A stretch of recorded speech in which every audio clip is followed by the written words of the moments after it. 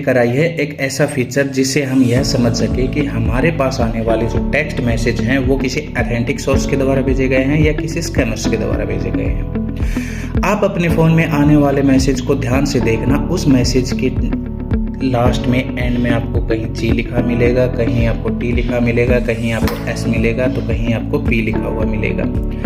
अब हमें यह पता होना चाहिए कि इसका मतलब क्या होता है।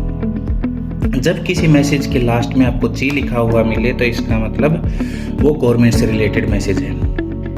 उसके अंदर गवर्नमेंट से रिलेटेड मैसेज है, कोई ज़रूरी जानकारी भी हो सकती है या हिदायत भी हो सकती है। अगर किसी मैसेज की लास्ट में आपको एस लिखा हुआ मिले तो उसका मतलब वो सर्विस से रिलेटेड मैसेज है, जैसे बैंक या टेलीकॉम कंपनियों द्वारा दी जाने वाली सर्विसेज होती हैं। अगर किसी मैसेज के लास्ट में आपको टी लिखा हुआ दिखाई दे तो मतलब ट्रांजैक्शन से रिलेटेड मैसेज है, और जिस एसएमएस के पीछे पी लिखा दिखाई दे तो इसका मतलब प्रमोशन से रिलेटेड मैसेज है, जैसे कि बैंकों के नए ऑफर से रिलेटेड मैसेज आते रहते हैं। तो इस प्रकार हम यह अनुमान लगा सकते हैं कि हमारे पास जो एसएमएस आते हैं वो ऑथेंटिक सोर्स के हैं या स्कैमर्स के द्वारा भेजे गए मैसेज हैं। अब आप लोग ये सोच रहे होंगे कि इस प्रकार के अल्फ़ाबेट्स तो कोई भी लगा सकता है एसएमएस के लास्ट में, तो ऐसा बिल्कुल भी नहीं है। ये गवर्नमेंट ने डिसाइड किया है और यह ऐसा ही आगे भी वह एसएमएस ऐसे ही आते रहेंगे।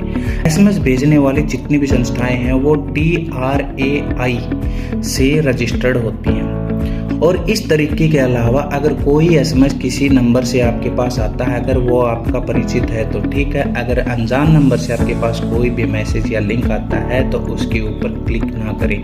वो मैसेज किसी बैंक ट्रांजैक्शंस का भी हो सकता है, लोन से रिलेटेड भी हो सकता है, तो उसके ऊपर भूल कर भी क्लिक ना करें।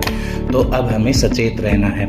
कई बार क्या होता है कि हम किसी काम में इतना बिजी हो जाते हैं, इतना व्यस्त हो जाते हैं कि हमारा ध्यान ही नहीं रहता और हम जाने अनजाने में हमसे वो लिंक या फिर मैसेज के ऊपर क्लिक हो जाता है, जिससे हमें नुकसान होता है। लेकिन अब हम एसएमएस को ओपन करने से पहले ही यह पता लगा सकते हैं कि वो मैसेज ऑथेंटिक सोर्स का है या फिर स्कैमर्स का है।